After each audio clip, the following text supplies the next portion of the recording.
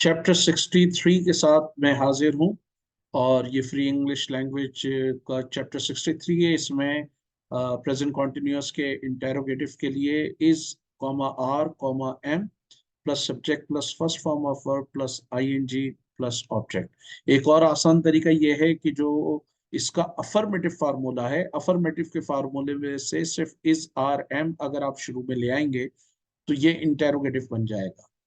अब इंटेरोगेटिव के लिए क्या तुम इंग्लिश सीख रहे हो? Are you learning English? Are we learning English? Are they learning English? Am I learning English? Is she learning English? Is he learning English?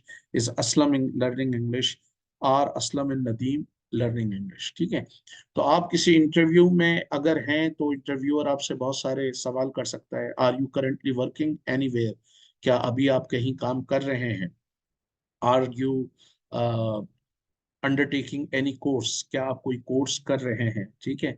इसी तरह डे टू डे जिंदगी में आप बहुत सारे सवालात अपने दोस्तों यारों से कर सकते हैं। Are you learning computer now days?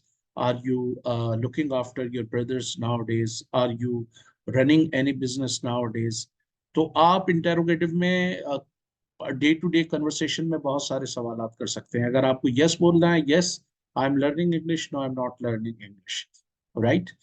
Yes, she is learning English. No, she is not learning English. Yes, he is learning English. No, he is not learning English. Yes, we are learning English. No, we are not learning English. Yes, I am learning English. No, I am not learning English. Yes, they are learning English. No, they are not learning English. तो आप current situation के हवाले से बहुत सारे, अगर आप खुद इंटरव्यू कर रहे हैं किसी का, you promised last year that your government would introduce computer technology in 70 cities of India. Are you planning any course now? Are you planning any computer technology course now? क्या आप कोई कंप्यूटर टेक्नोलॉजी के course की planning कर रहे हैं? इसी को जब आप सवालियन कार्य बनाएंगे तो सिर्फ सब्जेक्ट के बाद नॉट आ जाएगा। मसलन is plus are plus am plus subject plus not plus first form of verb plus ING plus object. ING मैं बता चुका हूँ कुछ ग्रामर की किताबों में इसको प्रोग्रेसिव फॉर्म भी कहते हैं। और क्यों बनाते हैं सवालियन कार्य, ये मैं हर दफा बताता हूँ जब आप कोई सवाल हैरत से या जताने के अंदाज में करें। Am I not sacrificing my time? क्या मैं अपना वक्त कुर्बान नहीं कर रहा? अगर कोई बंदा कहे कि मैं इस कंपनी के लिए ये कर रहा हूँ, ये कर रहा हूँ, ये कर रहा हूँ, और आप अगर तंज में या जताने के अंदाज में कहें am I not sacrificing my time, am I not protecting the interest of the company? क्या मैं कंपनी के मफादात का तहफ़्फ़ुज़ नहीं कर रहा हूँ? Am I not trying to promote the products of the company? क्या मैं कंपनी के प्रोडक्ट्स को फरोग देने की कोशिश नहीं कर रहा हूँ? Am I not working hard? क्या मैं मेहनत नहीं कर रहा हूँ? Am I not expending the operation of the company? क्या मैं कंपनी के ऑपरेशन को फैलाने की कोशिश नहीं कर रहा हूँ? Am I not coming up with innovative ideas? क्या मैं नित नए आइडियाज लेकर नहीं आ रहा? तो आप इसको सारा बना सकते हैं। इसी तरह आम गुफ्तगू में कोई बंदा अगर assertive अंदाज में कहे कि I am helping you, I am supporting you, I am guiding you, तो आप पलट के कह सकते हैं am I not supporting you, am I not guiding you, am I not extending financial assistance to you? क्या मैं तुम्हारी माली मदद नहीं कर रहा? am I not protecting your interests? क्या मैं तुम्हारे मफादात का तहफ़्फ़ुज़ नहीं कर रहा? am I not defending you at all forums?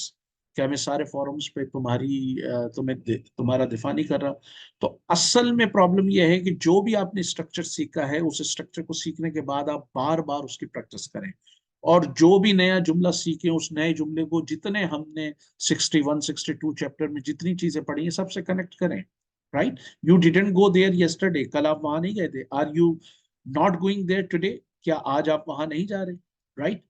You promise to go there, तुमने वहां जाने का प्रॉमिस किया था। Are you not going now? क्या तुम अब नहीं जा रहे? You promise to help poor people, are you not helping them now? क्या आप उनकी हेल्प नहीं कर रहे? You told me you are learning English, तुमने मुझे बताया था कि तुम इंग्लिश सीख रहे हो। Are you not attending classes these days? क्या तुम क्लासेस अटेंड नहीं कर रहे? तो ये सारे जितने जुमले हैं उनसे मिलाएं। ग्रामर इसी तरह मजबूत होती है। और आपकी जो बोलने की सलाहियत है, जितने ज्यादा आप ग्रामर आगे पढ़ते जा रहे हैं उतनी ज्यादा बोलने की आपकी सलाहियत ज्यादा होनी चाहिए। अगर आपने कैन और कांट पढ़ा था उस वक्त आप 20 जुमले बोल सकते थे, तो अब आप 20,000 जुमले भी बोल सकते हैं, अगर आपकी सारे 62 चैप्टर्स की प्रैक्टिस अच्छी है। तो अब हम अगले चैप्टर में पास्ट कॉन्टिन्यूस डिस्कस करेंगे और बताएंगे कि उसको किस तरह आप दूसरे जुमलों से कनेक्ट कर सकते हैं।